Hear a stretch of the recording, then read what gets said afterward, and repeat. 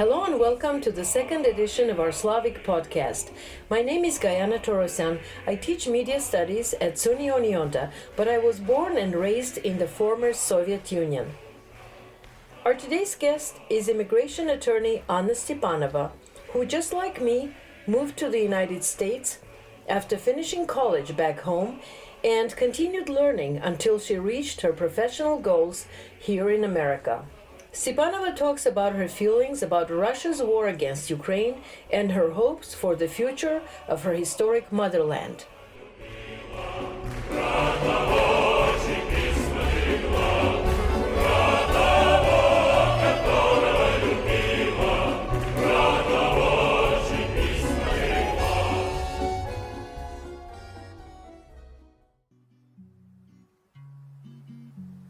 По улице моей который год звучат шаги, мои друзья уходят. Друзей моих медлительный уход той темноте за окнами угоден. Hi, I'm sitting down with Anna Stepanova, an immigration lawyer from Baltimore, Maryland. Hi, Anna. Hello. Can you introduce yourself to our listeners, please? Yes, sure. I'm, as you said, Anna Stepanova, and I've been practicing immigration law for about 17 years. I'm originally from St. Petersburg, Russia, and my husband and I came to the U.S. from the Soviet Union in 1990. So we've been here for about 32 years. Wow, that's a long time. And all these years, you had no reason to fear for the future of your homeland, your home country. But right now, from our conversations before, I know that there is something that bothers all of us who are connected to Russia. How do you feel about the events in Russia regarding Ukraine? Of course. So the first very, very strong feeling was when the war with Ukraine started last year in February was a strong feeling of shame. It just felt shameful to be Russian, even though we do understand that it's probably not the right way to express the feeling. But it's also a lot of concern for the future of Russia, of course, because we are Russian. We, even though we've been here for such a long time, it's still, something that is in our blood. And of course, we feel concerned for the future of Russia. And now, as we see such concerning events with such leadership, the country is turning into a fascist country. Yes, it's very concerning. We see a lot of people leaving, a lot of kind of brain power is leaving Russia, and that's concerning as well. Russian intellectuals, artists, writers have spoken up.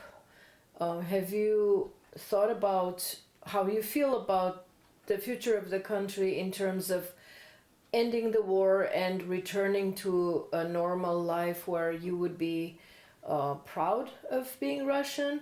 Because a lot of intellectuals have expressed the idea that this is not the reality, it's an anomaly. The reality of Russia is that we are a great people. We gave this world a lot of great artists, writers, filmmakers, and scientists, and the real Russia is going to come back, but it's going to take 100 or so years after this war. How do you react to that? It's a very interesting philosophical question. So when the war started, I know that a lot of people from within Russia and outside of Russia were very hostile maybe toward the entire Russian culture. And I know that a lot of people felt like, well, don't you tell me about the Russian ballet and the Russian music. It's all fine, but the Russian people do not represent the Russian culture in probably the pure historic sense of it. So it's a very interesting question. I love Russian culture. I don't feel like we should cancel the Russian culture, but along the same lines, I think that the Russian people in general and the whole history of Russia as a country do not give me a lot of hope for, a very quick resolution of the current events, especially since so many Russians, educated Russians, representatives of the Russian elite are leaving Russia now. So I'm not sure. I mean, it's something that my husband and I have thought a lot about. We still feel Russian. There is nothing we can do to not be Russian. But the problem is that the culture exists kind of at this point. It feels like it exists independently from what's happening in Russia right now. So when it's going to end and how it's going to end, it remains to be seen. But I don't have much hope for a quick rebound. You mentioned your husband, and again, in conversations with him, Anatoly Dzhizhin, he says that he's reluctant to watch the old favorite movies, the oldies, as we sometimes do around holidays. There are traditional films that we all watch. He mentioned something about not wanting to see them. Is that something that you share? Одиночество, как твой характер крут, посверкивает циркулем железным, как холодно. It's inevitable, I think, that before the war, when, as you said, we didn't have much to worry about in terms of the Russian future, there were a lot of hopes, especially when we left Russia immediately in 1990s. There was kind of a wave, this fresh wave of good future hopes for Russian democracy, which are all kind of now have evaporated. And for a very long time, just like a lot of our friends, our family, we watched a lot of old Russian movies that would take us back to good, happy times growing up in the Soviet Union. And yes, it was mostly happy. And right now, it's more kind of on the subconscious level that when you watch something that you love dearly and you've always loved, and now there is something else that makes you feel less optimistic about it. And yes, I don't want to, but I do share some of his feelings. It's, as I said, it's not something we consciously can explain, but it's on very subconscious level. How do you feel about enablers of Putin in the country of Russia? People who are still praising him, his actions, and saying that God is on our side. I know you have a certain specific attitude towards the phenomenon, not the people, not judging the people, but the phenomenon of indifference and being thankful for the material goods. How do you describe that word in English? Потребительство.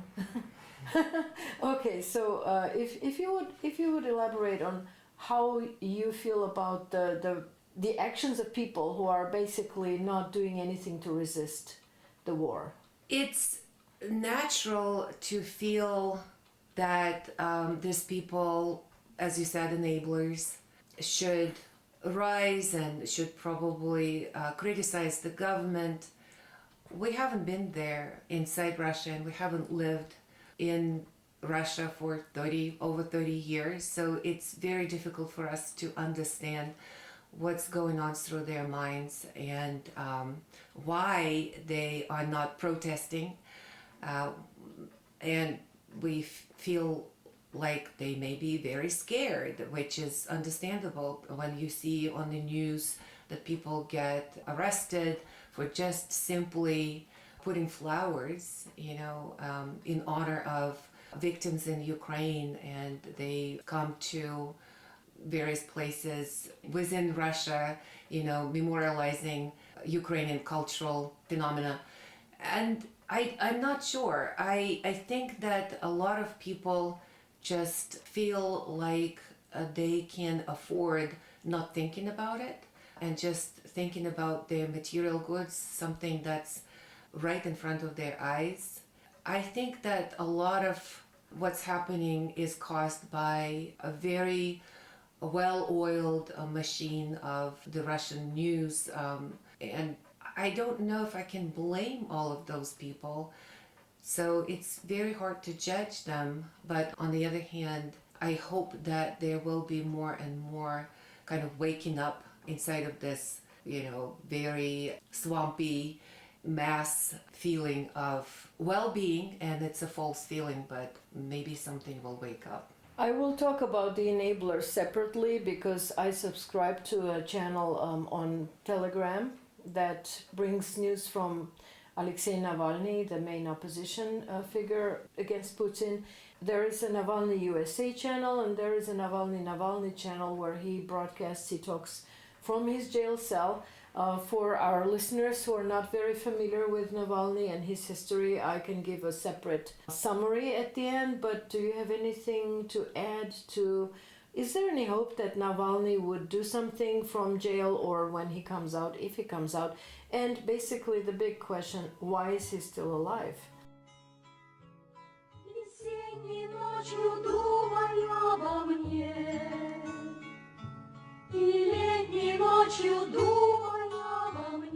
Well, I'm glad, first of all, I'm glad that he's still living and he should live on. And as long as there are people who follow him, who share his opinions about Russia and about what the Russian future should look like, I think that even if, God forbid, he is no longer living, his followers will take over his ideas and something good will come out of it. Recently, I saw an interview with Navalny's daughter. It was with Fareed Zakaria, and who is the journalist, and he has his show on CNN. His daughter, a very young, very intelligent, very smart, educated lady. I think she is maybe 20, 21. And when I was watching the interview with her, it was striking for me to see how determined she was to engage herself in politics and not kind of give up. And I think that this gives me hope. So to summarize our conversation, if you were to describe your expectations for the future of Russia on the world scene, how would you summarize what's the future of Russia? What should we expect? What are your fears and what are your hopes? That's a very loaded question.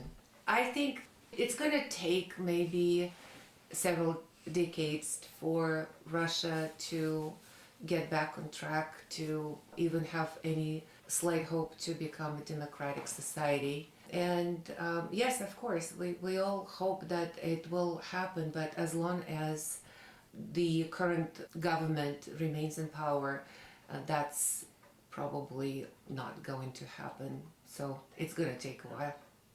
I know it was a loaded question. It was a series of questions. And I know from the beginning of our conversation, we both agreed that nobody knows. And it's probably going to take decades, if not more, to come back to peace and to integration. So thank you for speaking with us today, and we hope to hear from you some other time again when hopefully the future will look better. Thank you, Kaina. I appreciate it. Молю тебя в тишайшей тишине, или под шумящей вышине, или под снег мерцающий в окне. That was Anna Stepanova, an immigration lawyer born and raised in Russia, now living in Towson, Maryland with her husband, 2 grown children, parents, and pets. I'm Gayana Torresan. As I promised during my conversation with Stepanova, Here's a little bit of information about Alexei Anatolievich Navalny, born in 1976, currently serving a 9-year sentence in high-security prison after a trial for embezzlement and contempt of court. Amnesty International described Navalny's trial as a sham. He's the hero of a documentary film by Daniel Rohor, which premiered in January 2022 at the Sundance Film Festival, winning multiple awards since then, including for the Best Documentary Feature at the 95th Academy Awards, telling about the events surrounding Navalny's poisoning with Novichok nerve agent, which is a binary chemical weapon, something too dangerous to produce and store on the surface of Earth, therefore created during the flight of a rocket, missile, or grenade.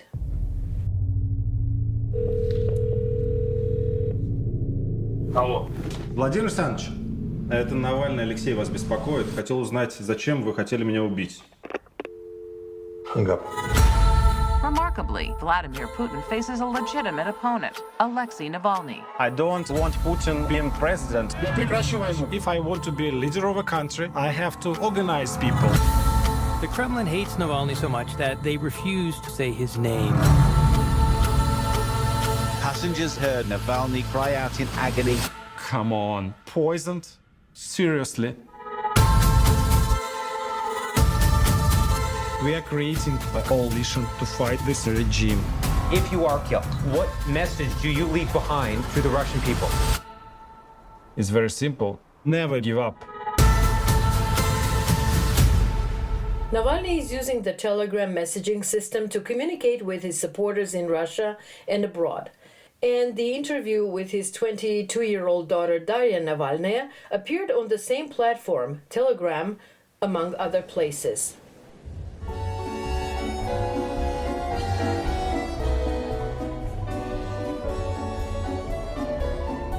Thank you for listening to our Slavic podcast. This was episode number 2. I'm Gayana Torresan at SUNY Oneonta in upstate New York. Join us again next time when we explore our university's connection with the Siberian Aerospace University in Krasnoyarsk, Russia.